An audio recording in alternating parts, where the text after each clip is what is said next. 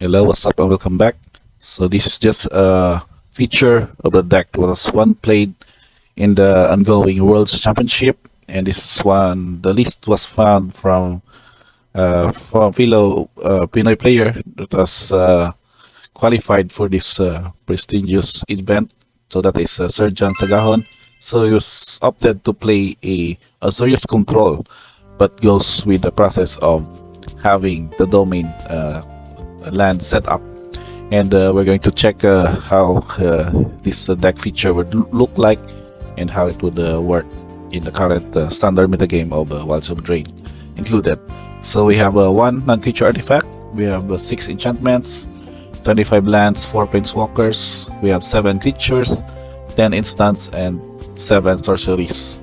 Now for this setup, as what mostly blue-white control does, is that we're going to go with a bunch of counter spells, mass removals, and also spot removals. But this one goes with the evolving around to go with the mid game and late game Atraxa, and also this one with Horned Lock Whale and other related gas, and also with the planeswalkers. Now for the creature choices, as we would have it here. So we have 2 copies of Ambitious Farmland that can search for a basic plains card. It's making sure that your 2-drop and follow-up 3-drop and 4-drop are covered by searching for this basic plains card. We have a single copy of Companion, Spirited Companion. So this is just an enchantment creature that is mainly produced as one of the requirements once you resolve Atraxa, since this is also as a creature in enchantment. But its only purpose here is what can just contribute you out, have providing an early blocker, and just going well with your curve early on. Now we have for the main features are 2 copies of Horned Lock Whale. So this is just an instant adventure also in the form of Lagoon Breach, wherein you can have the owner target attacking creature you don't control, put it on the top or bottom of the library, and then resolve it afterwards as a 6 to cast 6/6 flash with ward 2. When it enters the battlefield, tap unless it is your turn. So that's not really a drawback here, since you're just going to go well with casting it at the end of your opponent's turn. And that the purpose also is that you can have a 6/6 body that can be able to protect itself while having your counter mana up and attacking your opponent with this one. Now for the hard drawn cards that we can say that you can replenish your hand, basically are 2 copies of Atraxa. So just basically go with choosing a card of each type from the revealed top 10 cards of the library. So you can have a variance here. Instant sorceries, again the companion as an enchantment. We have also the Celestos as the lone artifact in the deck, and other setup here with the planeswalkers also. So that is one way to refill it. And for your enchantments, the 2 copies of Restoration or Uganju would also act as a provider for making sure that your 4-drops or succeeding land drops are added by searching for a basic plains card. You can also do a ramp in this second lore counter saga setup, and can become a 3/4 Architect of Restoration that can be an attacker on its own, that whenever it attacks or blocks, create a 1/1 colorless spirit creature token. Now for the 4 copies of Lane's Binding, this goes well with the domain setup, since it can become a 1 to cast instant or flashy spot removal with it an exile effect to target na land permanent. And with that setup, you can coincide with what your flash counters you have. So we have a bunch here with 4 copies of Make Disappear, 1 copy of Negate, 2 copies of Dissipate for a hard counter, and 3 copies of Memory Deluge to make sure that you can dig up your answers by looking at the top X cards depending on the amount spent to cast the spell. Also with the flashback option for this one. Now for the Celestus, it can also become not only as a choice for Atraxa, but also as an option to add 1 mana of any color by tapping it. It can also become enabler to card draw, because when day becomes night or night becomes day, you will gain 1 life and you may draw a card and discard a card. So you can just pay 3 tap, it makes it, if it's night, becomes day. Otherwise it becomes night and activated only as a sorcery. So with that option, we have several ways to ramp up so that your mid game would really suffice with enough mana to work out with your counter spells, your spot removals, and lay down arms, which surprisingly works well with equal to the planes in this build. Despite that it is a domain setup, we have several planes here that you can satisfy with that of the lay down arms effect, and we have the 3 sunfalls to make sure that creatures are exiled, and you can also have the incubated apparition that can have power and toughness or counters equal to the number of creatures that was exiled on this turn.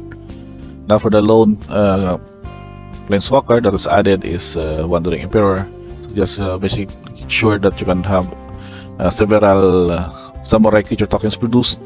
Can also become a flashy spot removal with a -2, but the purpose here is that you can just recover with producing a lot of these tokens, whereas having open mana for your counter spells to make sure that you can have countered their relevant spells against your opponent. So again, the land setup would typically go with the domain. So the domain's producer that can satisfy this is 4 copies of Raffine's Tower, 4 copies of the Spar's Headquarters, and we also have 2 copies of Sanders Lounge here that can go with that setup. And some of the mana fix also with Underground River. We have Reanimator Coast.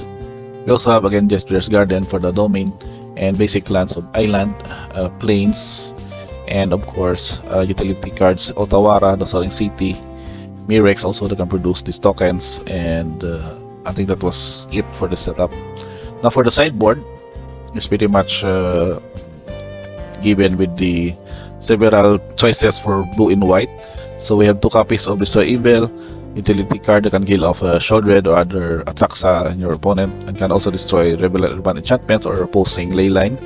We have 2 copies of Disciple Stroke that can also counter Atraxa, Leyline, and other relevant huge mana cost spell.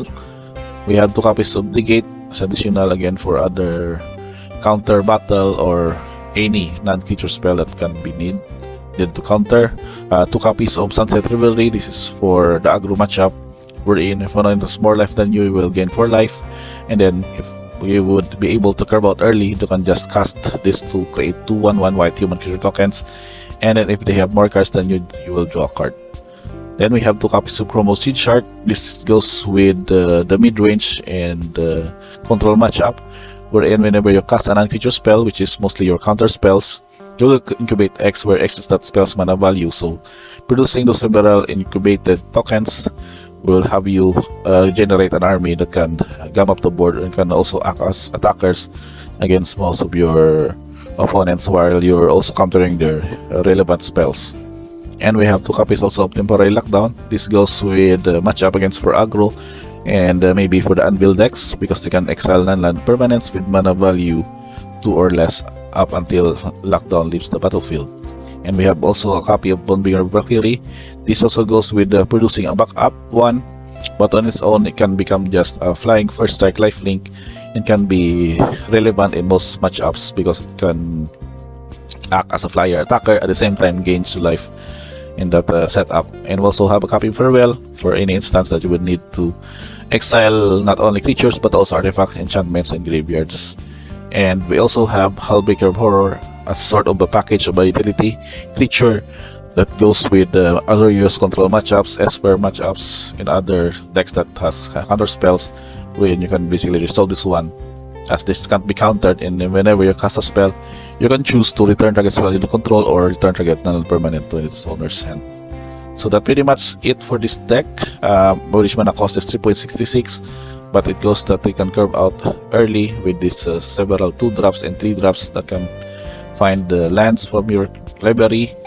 Color distribution is mostly white and blue, 23, blue and white is 29, but the producer is pretty much even with 5 mana colors available.